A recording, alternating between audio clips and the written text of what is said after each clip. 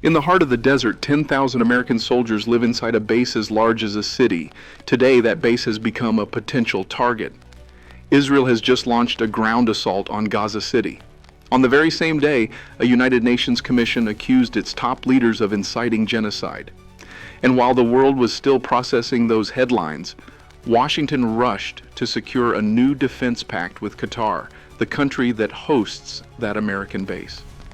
The question is no longer if the war could spread. It is how fast it could reach them. Israel has launched the most intense phase of its war in Gaza.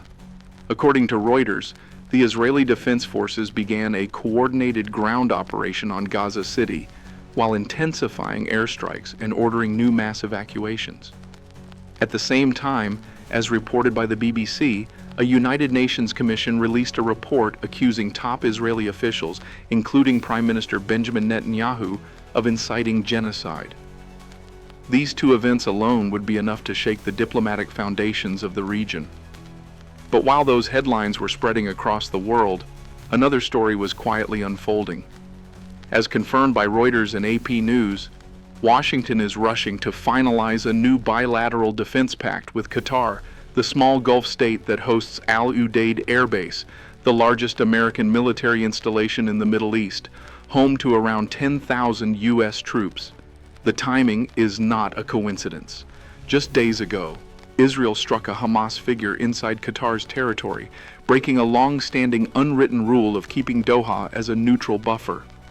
That single strike has forced the United States to move fast, because if the war spills into Qatar, those 10,000 Americans will be the first to stand in the line of fire. In this video, we will break down why these three events, happening almost simultaneously, are creating a double stress test for American diplomacy, why supporting Israel now carries a risk of becoming a target, how this could spark a chain reaction across the Gulf that draws Washington into a war it cannot fully control, and why this moment could redefine America's role in the Middle East for decades. If you want to stay ahead of the stories that could reshape global stability, make sure to subscribe to the channel now, because this is where we connect the headlines to what they really mean for you. According to Reuters, Israeli armored brigades have pushed deep into Gaza City from multiple directions, while airstrikes pound the surrounding districts in the heaviest bombardment since the war began. Entire neighborhoods are under evacuation orders. Hospitals are overwhelmed. Electricity is gone. This is not just another operation. It is the moment Israel calls the decisive push to break Hamas's military structure once and for all. It marks the transition from siege to full-scale invasion. And yet, while Israeli columns advanced, something just as seismic happened far from the battlefield. As reported by the BBC, a United Nations Commission of Inquiry released a report accusing top Israeli leaders, including Prime Minister Benjamin Netanyahu, of inciting genocide.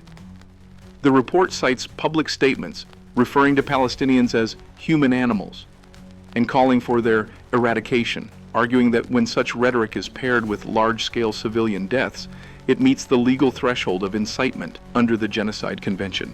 That threshold is not about proving genocide has already occurred. It is about preventing it before it does. Israel has dismissed the report as politically biased and legally unfounded, saying its war is aimed solely at Hamas. But the timing could not be more explosive. In a single news cycle, Washington's closest ally in the Middle East launched its deadliest offensive yet, and the world's top multilateral body accused its leaders of preparing a crime against humanity.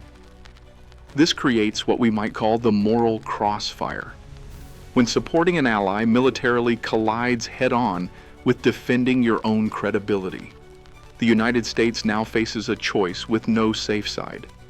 If it ignores the accusations, it risks being seen across the global South as complicit, feeding anti-American sentiment that rivals like Russia, Iran, and China are eager to exploit. If it acknowledges them or even calls for restraint, it risks shattering trust with Israel and shaking the confidence of other allies who depend on American guarantees. And behind that dilemma sits a deeper question that reaches far beyond politics or law. Can America remain a global leader if the world begins to doubt its sense of right and wrong? And what happens to deterrence when your allies start making the world wonder if you still know where the line is? Just days before Israeli tanks rolled into Gaza City, a quieter but equally disruptive event took place hundreds of miles away. According to AP News, Israel carried out a targeted strike against a Hamas figure inside Qatar. It was the first known Israeli operation on Qatari soil, and it landed like a crack through the center of a long-standing balance. For decades, Qatar has played a delicate role as a bridge between worlds, hosting Hamas officials while also hosting the largest American base in the Middle East. That base is Al Udeid Air Base. It is not just a military outpost. It is a small American city in the desert, home to around 10,000 U.S. service members and contractors, with schools, gyms, air-conditioned hangars, and a web of radar domes and runways that stretch across the horizon. From there, the United States runs its air campaign in Syria and Iraq, tracks airspace over the Strait of Hormuz, and coordinates much of its counterterrorism presence across the region. And now, as Reuters confirmed through Senator Marco Rubio, Washington is rushing to finalize a new bilateral defense pact with Qatar in the direct aftermath of the Israeli strike. Officially, the agreement is about strengthening ties. Unofficially, it is about fear. The fear that if Qatar is seen as part of the battlefield, Al Udeid will become the first target. Not for Israel, which remains a U.S. ally, but for Iran-backed militias that have attacked American positions over 160 times in the past 18 months, according to the U.S. Department of Defense. They operate from Iraq, Syria, and Yemen, and they strike when they sense Washington is distracted or overextended. In January, one of them killed 3 U.S. soldiers with a drone strike on a base in Jordan. If they believe Israel can now hit targets in Qatar with American backing, they could decide that U.S. bases are fair game for retaliation. That possibility is not an abstraction for the people living on that base. It would mean waking to sirens in the dark, scrambling for shelters under the desert sun, and waiting for families back home to pick up the phone not knowing what they will hear. Many of those families are already voicing quiet panic on military forums and social media. Spouses in Florida, Texas, and Ohio are asking if they should start pulling children out of base schools or postpone planned visits. Veterans who served at Al Udeid remember nights when the sky flashed orange from distant missile strikes, and they know how quickly that distance can disappear. And it forces a question that cuts through strategy and politics.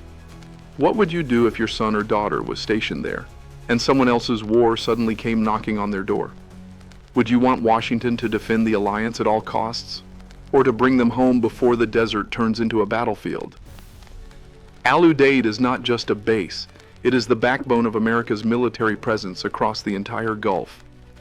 From its runways, U.S. aircraft launch missions into Iraq and Syria. From its command centers, officers watch the skies over the Strait of Hormuz, a narrow corridor of water between Iran and Oman that carries nearly a fifth of the world's oil and gas. Strategists call places like this choke points, narrow routes where global flows can be disrupted by even a small attack. And history shows how fragile they are. When a single tanker was hit by a mine in the Gulf of Oman in 2019, global oil prices spiked within hours. If Qatar loses its image as neutral ground, the logic of deterrence that keeps these arteries open could begin to break. Iran-backed militias have attacked American outposts many times before, especially when they sense Washington's attention is divided. In January, a drone strike from one of those groups killed 3 U.S. soldiers at a base in Jordan. According to the Pentagon, there have been over 160 such attacks on American forces in Iraq and Syria in the past 18 months alone. Most were small, meant to pressure the United States without triggering a major retaliation. But if they see Al Udeid as part of Israel's war, the calculus changes. A handful of rockets or drones could disable fuel depots, crater runways, or damage radar systems. That would ground aircraft, stall missions, and choke the U.S. supply network that runs through the Gulf. And the shock would not stay in the desert. It would ripple out through insurance markets, shipping routes, and stock exchanges, pushing up fuel prices, airline tickets, shipping costs, even groceries back home. Americans would feel it at the gas pump, in their monthly budget, in their 401k. This is the domino effect of deterrence. When one piece falls, the rest do not fall slowly, they fall all at once. So the real question is this: how much are Americans willing to risk to keep the global order stable if that order can crumble the moment a single drone breaks through? Washington is now trapped in what could be called the Allies' paradox. Supporting Israel is seen as a strategic necessity, but supporting it without limits could become a strategic liability. If the United States keeps supplying weapons, intelligence, and diplomatic cover while the United Nations accuses Israeli leaders of inciting genocide, it risks isolating itself from large parts of the world, including many of its own partners in the global South. According to the Financial Times, several Gulf and Asian states are already warning privately that Washington's credibility as an honest broker is evaporating. At the same time, if the United States tries to impose conditions or slow the flow of support, it risks fracturing its relationship with Israel and signaling hesitation to other allies who rely on American security guarantees. That signal could echo far beyond the Middle East. China is watching to see if Washington blinks. Russia is watching too. If they sense that U.S. commitments can buckle under political pressure, they will factor that into their own risk calculations from Taiwan to the Baltics. This is the psychology of deterrence. It is not just about what you can do, but about what others believe you are willing to do. And right now, America's friends and enemies are both asking the same question. Does Washington still have the will to stand by its allies, or is it about to redraw its own red lines? This crisis is not only about Gaza or about Qatar, or even about the fate of 10,000 American soldiers in the desert. It is about something deeper, something harder to measure but just as decisive: the credibility of American power. For decades, U.S. influence has rested on two pillars. The first is military strength, the visible architecture of bases, fleets, and alliances. The second is the belief that America uses that power to protect order, not to erase it.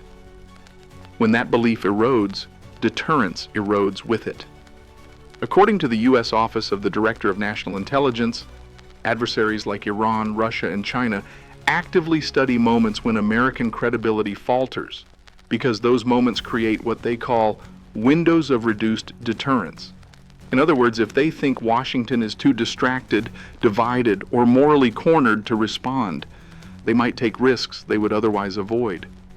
History offers a warning. In 1956, when Britain and France invaded Egypt to seize the Suez Canal, they expected U.S. backing. Instead, Washington condemned the move and forced them to retreat. The message to the world was clear: the center of Western power had shifted. Britain never fully recovered its global influence. Today, rivals are watching for a similar signal. If they see Washington chained to Israel's actions regardless of consequences, they may conclude that American power is no longer guided by principle, only by inertia. And inertia is not strength, it is drift. This is what we might call the hourglass of trust. Every day this war continues, that hourglass loses more sand. And when enough trust runs out, even the strongest military footprint can start to look hollow. The question is whether Washington can stop the sand from slipping away before the world decides that the age of American certainty is over. The war in Gaza is no longer just between Israel and Hamas. It has become a test of how far the United States can go to defend an ally without becoming the target of that ally's war. A test of its strength, but also of its conscience. Because this is not only about missiles and treaties, it is about reputation, legitimacy, and the lives of 10,000 Americans already standing on the invisible front line of this conflict. Udeid is thousands of miles from home, but if the war reaches it, the shock will be felt in American living rooms, in phone calls from deployed sons and daughters, in markets that move with fear, and in alliances that begin to doubt. First comes the shock, then comes the silence. And that silence is where danger grows. Washington can still choose how this story ends, but it cannot choose to avoid the choice. So what should America do with Israel? Should it keep supporting an ally even as the world begins to see that ally as complicit in possible crimes? Or should it slow down and risk fracturing one of its oldest alliances at the most unstable moment the Middle East has seen in decades? What would you choose? Tell us in the comments, because this debate will shape not only the future of U.S. policy, but the safety of every American serving overseas.